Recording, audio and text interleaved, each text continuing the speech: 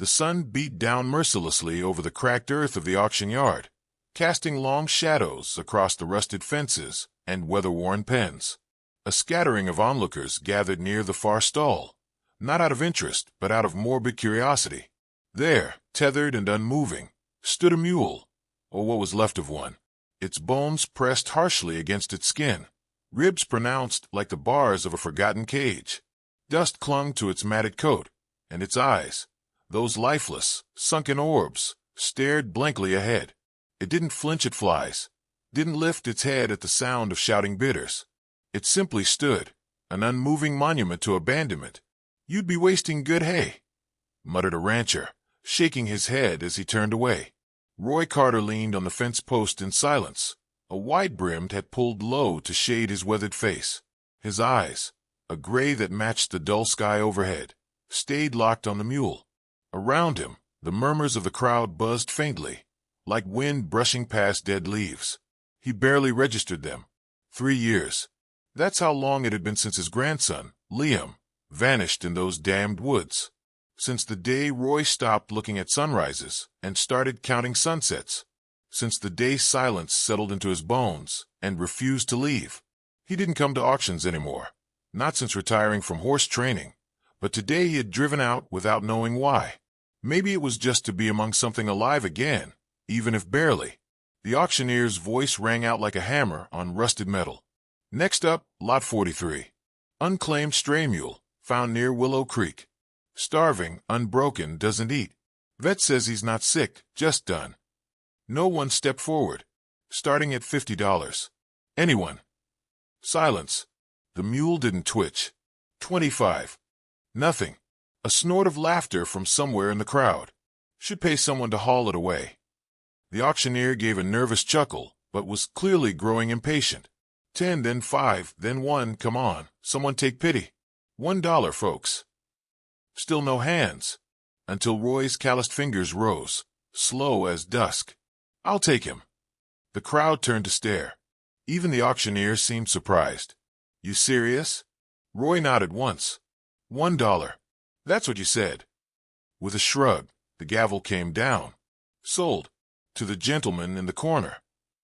No applause. Just a breeze and some sideways glances. Roy stepped inside the pen with quiet purpose. He approached slowly, boots crunching the gravel. The mule didn't react. He placed a hand gently on its neck. It didn't flinch, but it didn't lean in either. Just stood, as if waiting for the end. Roy didn't speak.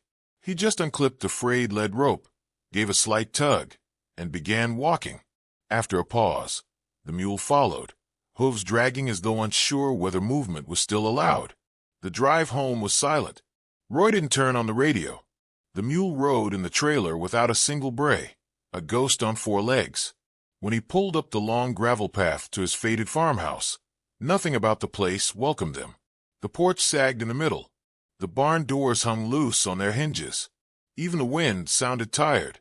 He led the mule into the barn and tied it loosely in the stall that used to belong to Daisy, his last mare, gone 2 winters now. He scattered some hay and filled the water bucket. The mule stood motionless. Roy leaned on the stall gate and watched. Minutes passed. The mule did not touch the food or the water. "Suit yourself," he muttered, though there was no anger in it, only an echo. He walked back into the house, the air inside thick with dust and silence. Every corner of the place still held traces of Liam, his sketchbooks, a pair of mud-cake boots by the door, a paper star taped to the fridge with faded marker letters. "To Grandpa Roy, my hero."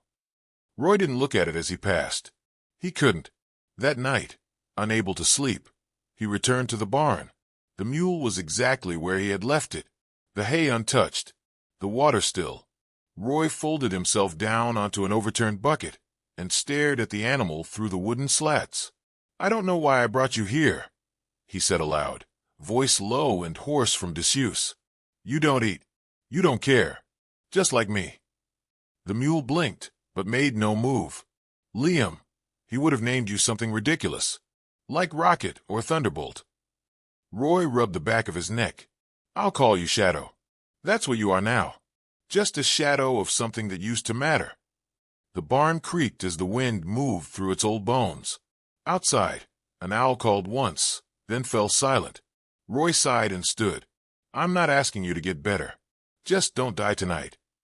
He turned to go, but paused at the door. The mule had moved its head slightly, just enough to look in Roy's direction. It was barely a movement. Anyone else might have missed it, but Roy saw it, and for a moment, something stirred behind those dull, sunken eyes. Recognition? Curiosity? He wasn't sure, but it was something. Back inside the house, Roy sat at the table and stared out the window into the dark. He wasn't sure what had just begun, or if anything had begun at all. But for the first time in years, he had spoken to someone, even if that someone had 4 legs and nothing to say. And maybe, just maybe, that was the first step out of silence. He didn't sleep that night. Instead, he listened to the creaks in the barn, the wind in the rafters, and the sound of hooves shifting ever so slightly in the straw. Morning broke slow and pale across the Carter farm, casting a dull gold light over the frost-glazed grass. Roy stood at the barn door, a coffee mug clutched in both hands, watching Shadow through the rising steam.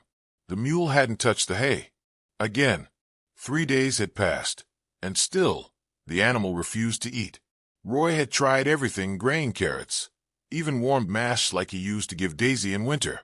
Shadow only stared through the slats of the stall, eyes distant, head low. Roy muttered under his breath, "You're going to starve yourself to death, aren't you?" Shadow gave no response, but his ears twitched slightly, acknowledging the sound. It was the first movement Roy had seen since the day he brought him home. Inside the house, the silence pressed in like damp wool. Roy hadn't turned on the television in weeks. What was the point? Same stories, different day. Outside was where the quiet made more sense. Outside was where Liam had always belonged. He found himself talking to the mule more each day, not because he expected a response, but because the barn felt less hollow when words filled the air. He told stories about the time Liam rode a wild pony bareback for the first time, about how he built a treehouse so crooked it looked like it would topple over if a squirrel breathed wrong. "You would have liked him," Roy said one afternoon, resting his elbows on the stall rail. He had this way of looking at things, like even broken stuff was just waiting to be fixed. Shadow blinked slowly, his breath steady, shallow. Roy noticed something then. Every time he mentioned Liam, the mule's ears twitched, not in the way animals react to random noise, but focused, deliberate, like recognition. That evening, Roy climbed into the attic and pulled down the old cedar box. Inside were the few things that had come back from the search effort: a red flannel shirt, a cracked compass, and a small, plastic toy with a speaker in the belly. Liam's favorite when he was 8. Roy turned it over in his hands. The battery compartment was corroded, but he cleaned it gently and slid in fresh ones. When he pressed a button, static fizzled, then a voice, soft and crackled by time. "Hi, Grandpa. I'm Liam. I'm going to be an explorer today." The sound caught Roy off guard. His chest tightened. He turned off the recorder quickly, swallowing against the lump in his throat. Later, in the barn, he pressed the button again. "Hi, Grandpa. I'm Liam. I'm going to be an explorer today." Shadow's head snapped up. Roy froze. The mule took a halting step forward. His hooves scraped the wooden floor, unsteady but purposeful. He approached the stall gate and pressed his head against the bars, his ears forward, his eyes suddenly alert. Roy held the toy again. "You know that voice." He pressed it once more. Shadow gave a soft, low whinny, a sound Roy hadn't heard from him before. Not distress, not fear. Something else. A sound wrapped in memory. Roy knelt beside the stall, reaching out a hand. Shadow didn't retreat. In fact, he leaned closer, letting Roy's fingers rest against the curve of his jaw. "That's the first time you've moved on your own since you got here," Roy whispered. "What is it about that voice?" The next morning, Shadow ate. Just a few bites of hay, nothing dramatic, but enough to turn Roy's head in disbelief. He watched silently, unwilling to scare the moment away. Later that day, Roy returned to the ranger station near Willow Creek. The place hadn't changed, same faded maps, same weary faces. The young woman at the desk recognized him, nodded respectfully. "I'm wondering about the mule," Roy said. "The one they found up by the ridgeline." She clicked her tongue. "The one that wouldn't eat?" Roy nodded. "Where exactly was he found?" She pulled out a logbook. "Let's see, North Fork Trail, just past mile marker 17. Right by the old fire road. Pretty isolated up there." Roy stared at the page. That trail had been closed for over a year. Too steep, too unstable. But it had once been one of Liam's favorite spots. "He used to go there," Roy said quietly. "My grandson. That was his trail." The ranger looked up. "You think the mule was with him?" "I don't know. But something's not right. The mule, he reacts when he hears Liam's voice. Like he remembers." She didn't laugh. Didn't brush him off. Just nodded, solemn and slow. Roy drove home in silence, his mind unraveling memories that had been packed away like old photos, too painful to look at, too precious to throw out. That evening, he played the recording again in the barn. Shadow perked up immediately. This time, he walked all the way to Roy, nudging the old man's chest with a soft insistence. Roy crouched low, looking the mule in the eyes. "You were there, weren't you? You were with him." Shadow blinked, and Roy could almost believe he saw something stir behind those eyes, something beyond instinct, beyond hunger, something like grief. In the days that followed, Roy stopped calling Shadow Mule. The name had stuck. Shadow followed him around the pasture, slow but steady, and though the animal still had a hollowness to him, he no longer looked like he was waiting to die. Roy cleaned out the old tack shed. He found Liam's saddle there, a youth-sized thing worn and cracked with age. He brushed it off and hung it on the wall, unsure why, but needing to see it there. He started walking with Shadow every morning, short laps around the property. At first, the mule dragged behind, but soon he began walking at Roy's side, head level, matching his pace. Each day felt less like waiting, more like waking. One quiet morning, as dew still clung to the fence posts, Roy paused in the yard and looked out toward the tree line, the direction of Willow Creek. He felt something stir. Not certainty, not clarity, but a tug, gentle and steady, pulling at the place where his hope used to live. He turned to Shadow, who stood beside him, ears pricked in the same direction. "We should go back," Roy said softly. "Back to where you were found." Shadow didn't move, but he didn't look away either. Roy placed a hand on his withers. "Maybe it's time we both stopped waiting." And for the first time in 3 years, Roy felt like something had shifted. Not enough to call peace, but enough to call beginning. The morning was crisp and quiet when Roy cinched the worn saddle over Shadow's back. The mule didn't resist. He stood steady, his weight evenly placed, eyes focused, not vacant, not dull. Roy hadn't ridden in years, but something inside told him this was how it had to be done. The trail they were heading toward wasn't meant to be walked. The forest around Willow Creek still held a kind of hushed reverence, as though nature itself remembered. Trees arched high overhead, forming a canopy of shifting green, their leaves murmuring secrets to the wind. The dirt trail was narrow and overgrown in places, but Roy knew its curves by heart. He had walked it 100 times during the search, and 1,000 more in his mind since. Shadow's hooves made soft, deliberate sounds against the soil. Roy kept his eyes ahead, but his hand occasionally brushed the mule's neck, a silent reassurance that he wasn't alone this time. The toy recorder was tucked safely in his coat pocket, close to his heart. As they approached mile marker 17, the atmosphere changed. The forest seemed to lean in closer, as if listening. Roy's breaths grew shallow. He remembered this bend in the trail, remembered the fire road that veered off to the right, now blocked by a fallen tree, its trunk covered in moss. Shadow stopped. Without prompting, the mule turned off the main trail and began walking toward the fire road, stepping carefully over rocks and roots. Roy didn't guide him.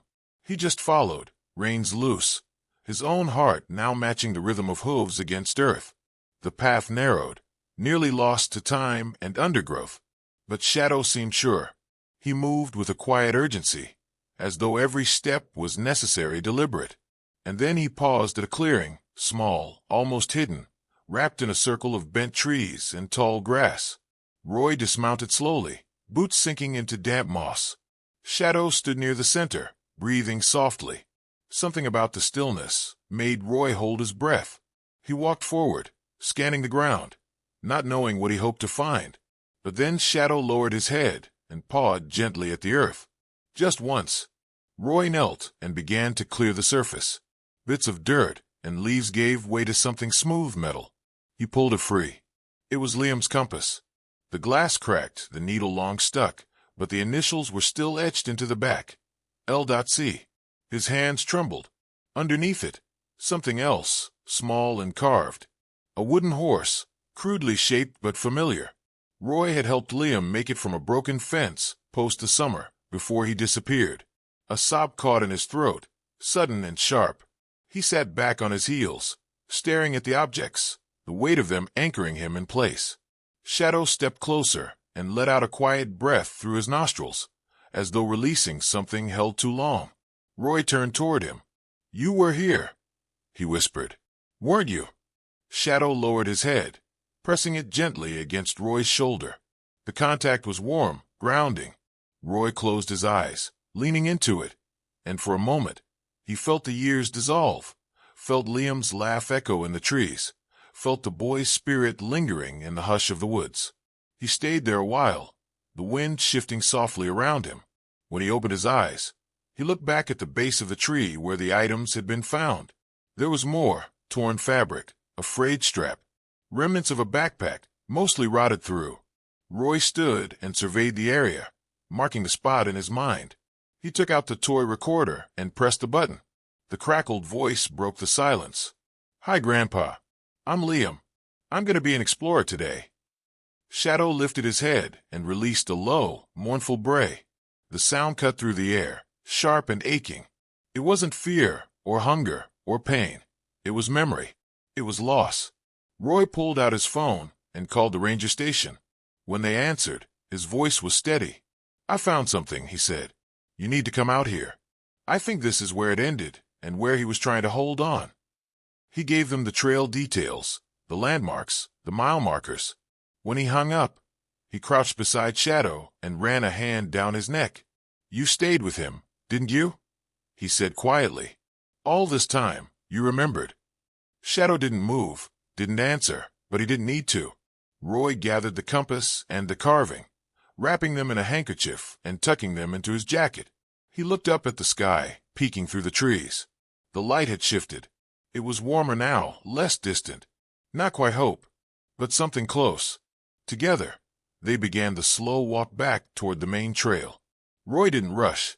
He let Shadow choose the pace, stopping now and then to look back, as if making sure they weren't leaving something unfinished. By the time they reached the pasture edge that evening, the sky was streaked with amber and lavender. The barn stood ahead, simple and waiting. Roy dismounted, his legs stiff, and turned to face the mule. "Thank you," he said softly. Shadow stared at him, unblinking, and then, for the first time, the mule lowered his head in a small bow. Roy didn't know what tomorrow would bring, whether the rangers would find anything more, or whether the forest would keep some of its secrets buried. But he knew one thing now with painful, beautiful certainty. Liam hadn't been alone. Not at the end. He had a guardian. And now, so did Roy. The morning after the discovery, a pair of ranger trucks rolled slowly up Roy's gravel driveway. Dust trailed behind them, catching the early sun in pale columns.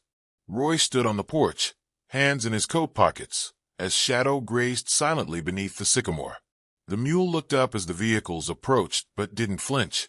Not anymore. Two officers stepped out, Ranger Wilson and a younger woman whose face was grave but kind. They shook Roy's hand, spoke in low, careful tones. The items he'd found had been taken in for analysis. DNA results from the site would take time, but the worn compass and Liam's wooden horse told their own story. There wasn't much doubt left. "We think he survived for a while," the younger ranger said gently. "Longer than anyone thought possible. Looks like he tried to head back but collapsed near that clearing." Roy nodded. His throat ached, but no tears came. He had cried them all in the forest. They asked about the mule, where he'd been found, how he acted. Roy told them everything: the silence, the starvation, the transformation after hearing Liam's voice. Wilson rubbed his jaw. You think the boy and the mule stayed together out there? I don't just think it, Roy said quietly. I know it. The ranger looked at Shadow. The mule stood calmly near the fence, chewing hay like any other farm animal. But there was something behind his eyes now, awareness, maybe even peace. When they left, Roy returned to the barn. He opened the side door, letting in the light, and watched as Shadow stepped in of his own accord. There was no hesitation in his movements. He crossed to the stall he once avoided and lowered his head into the hay, without being asked. Roy leaned against the wall and let out a breath he hadn't realized he was holding. For the first time in 3 years, the barn didn't feel like a tomb. That evening, the DNA results came through. A call from the ranger station confirmed what Roy already knew deep in his bones. The remains belonged to Liam. He didn't speak after hanging up, just walked to the barn and sat beside Shadow, who was lying down now, legs folded neatly beneath him. Roy rested his hand on the mule's shoulder, not to comfort, but to share the weight. He's gone, he whispered. But he wasn't alone. Shadow closed his eyes. The following days passed in a kind of stillness that wasn't quite grief and wasn't quite healing. Roy carved a small wooden plaque and nailed it to the fence post near the edge of the pasture. It read simply, Liam Carter, explorer, dreamer, never alone. He set the compass and wooden horse in a sealed box beneath it, a small memorial, quiet and unassuming. Like Liam, Shadow stayed close, always nearby, never intrusive. He seemed to understand when Roy needed company and when he needed silence. One morning, while cleaning the barn, Roy found Liam's old saddle tucked behind a pile of broken tools. Dust covered the leather, but the initials were still burned into the strap. He lifted it gently, fingers tracing the faded marks, then looked over at Shadow. A week later, Roy rode him again, not into the woods this time, but around the edges of the property, where the fence lines ran straight and the grass rolled out like sea waves. The breeze smelled clean, and the sky was open. Shadow moved with quiet confidence, each step steady and sure. Roy talked as they rode, not about loss this time, but about memories, how Liam used to race the wind, how he once tried to teach a chicken to fetch, how he drew stars on every wall of the barn with chalk. Shadow flicked his ears, listening. Back at the house, Roy set the toy recorder on the kitchen table. He pressed the button. Hi, Grandpa. I'm Liam. I'm going to be an explorer today. The voice no longer broke him. It reminded him.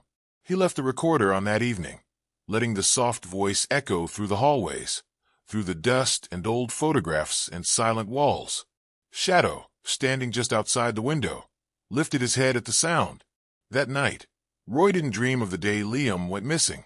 He dreamed of the boy riding beside him through a golden meadow, laughing. And Shadow was there too, carrying them both toward the horizon. In the months that followed, Roy made space in his life again, for neighbors, for old friends who hadn't heard from him in years.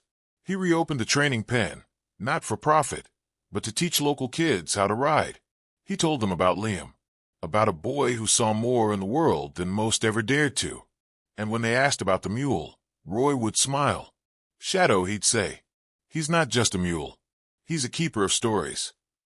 One quiet evening, a little girl pressed a flower into Shadow's halter. Is it true he saved your grandson? Roy kneeled beside her and looked into the mule's calm, weathered face. He didn't speak for a long moment. I think, Roy said at last, they saved each other. The sun dipped low, casting the pasture in amber light. Shadow stood tall, the flower swaying gently with every breath. Roy walked back to the porch and sat down, the old wooden chair creaking beneath him. He watched as Shadow moved across the yard, stopping once to look toward the woods. He didn't move like a creature broken anymore. He moved like something that had been found. And as the stars blinked to life in the sky above, Roy whispered to the night, "Thank you for bringing him home."